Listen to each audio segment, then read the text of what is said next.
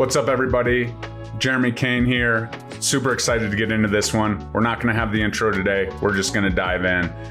We're going to talk about 5 things to do in Denver and the surrounding areas today that maybe no one's talking about. So let's start first off with a Colorado Springs day. Colorado Springs is about an hour south of the Denver metro area, and Colorado Springs has so much to offer. One of the most underrated day trips is the Garden of the Gods. It's a little bit of a hike.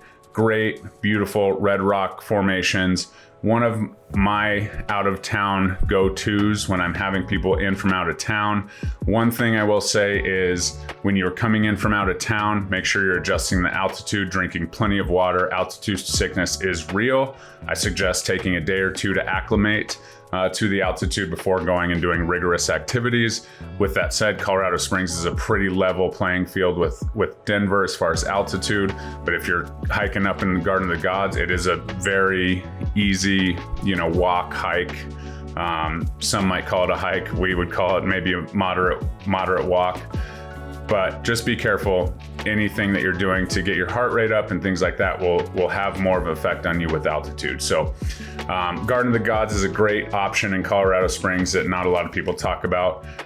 Colorado Springs is also home to 7 Falls, which is kind of a cool 7 waterfall walk or trail or scenery, I guess.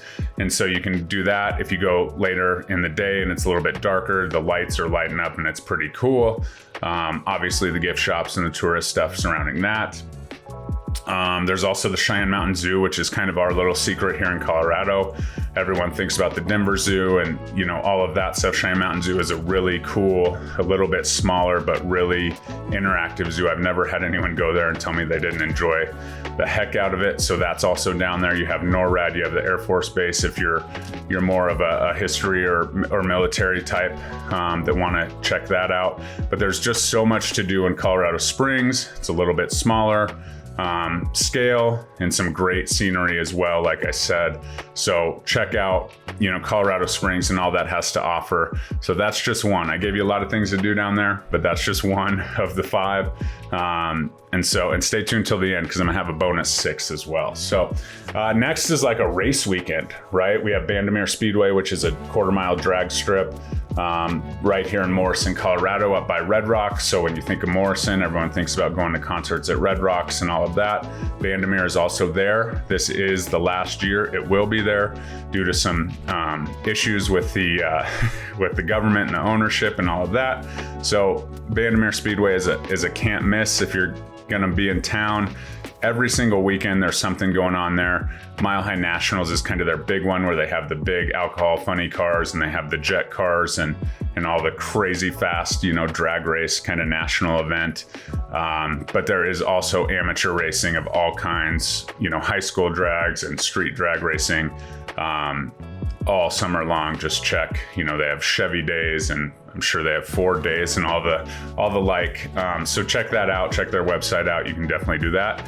Also, Colorado National Speedway, which is a NASCAR track essentially, and that is in Dacono, up north, about 30 minutes north of Denver. And, there's all kinds of things that go on there every single weekend. I'll tag their website below so you can check that out.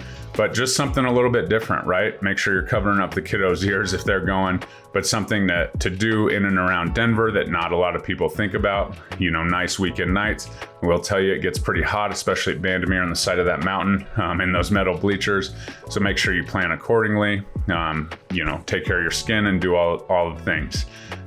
So that's racing, right? Next, for the kiddos, a little more kiddo oriented, the Wildlife Sanctuary, about 30 minutes east of Denver.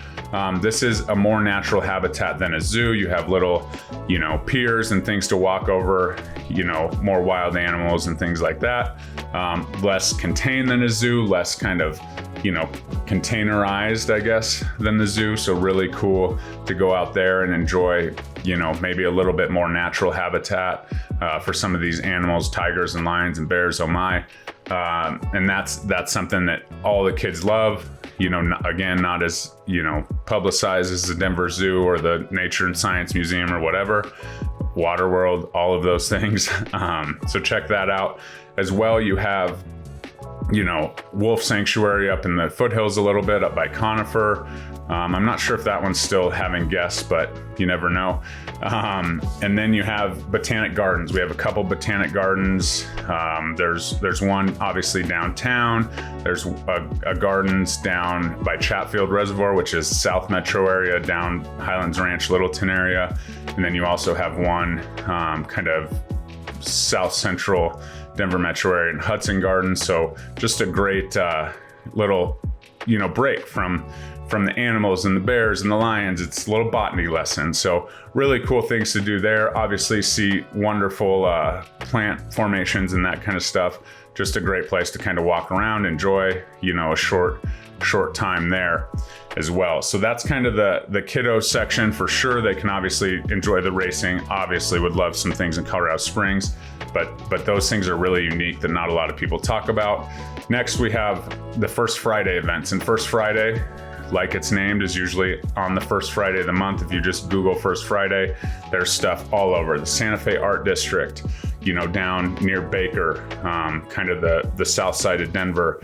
You have the Tennyson Street, which is kind of North Denver, and just little small, eating, drinking, art, shopping, kind of little clusters we have throughout the Denver metro area. And on the first Friday, they kind of shut down the roads. Everybody kind of brings their stuff out to the curb, and everyone's just walking around enjoying, have a glass of wine. So those First Fridays have really caught on. You have Santa Fe Art District, like around 10th and Santa Fe. You have Tennyson, 38th and Federal-ish. You have Rhino, which is the north side of downtown. So 30th and Blake or 25th and Blake-ish. And then you have 5 Points, which is a little bit further north and a little bit further east. And all of these have First Friday events, different little clusters, different, vibe to all of them, but check them out. Like I said, Google First Friday. Again, that is the first Friday of each month. In the summer months, it's just a great little cultural kind of night out experience. It's a little bit different than the downtown Coursefield, that scene. So check that out. And then the next thing is a custom brewery tour. There's a really cool website that has obviously a ton of breweries. You can map out your route. It can be Uber, it can be bike, be safe, it can be walking, whatever. But just make sure you're keeping safe while you're out there enjoying that. As you know, Denver and Colorado is kind of a hub for breweries, what used to be known as microbreweries, now are just breweries. Everybody's making beer, from mom and pop shops all the way to the big dogs, New Belgium and things in Fort Collins. There's great things to do there. So check out that interactive map that's more focused on Denver. I'm sure you could find something for Fort Collins or Boulder or Longmont, wherever you kind of do. There's a ton of breweries in every little town here in this great state. So check that out. And the sixth bonus one, maybe a Nuggets parade. They're up 2-1 at the time of this recording in the NBA Finals, so that would be great. That'll be downtown, usually ending at Civic Center, usually a really good time. June 20th to 25th, depending on if they win it outright here. They have to win it too. So check out that Nuggets parade if you're in town. It'll be a great time.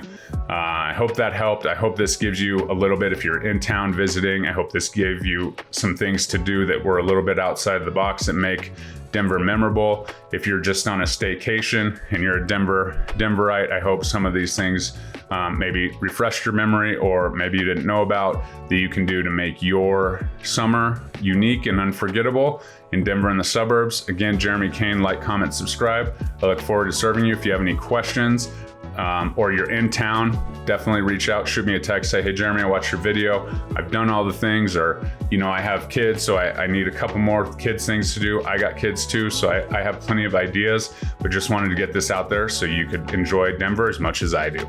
We'll talk to you guys soon. Have a great afternoon. Let's go.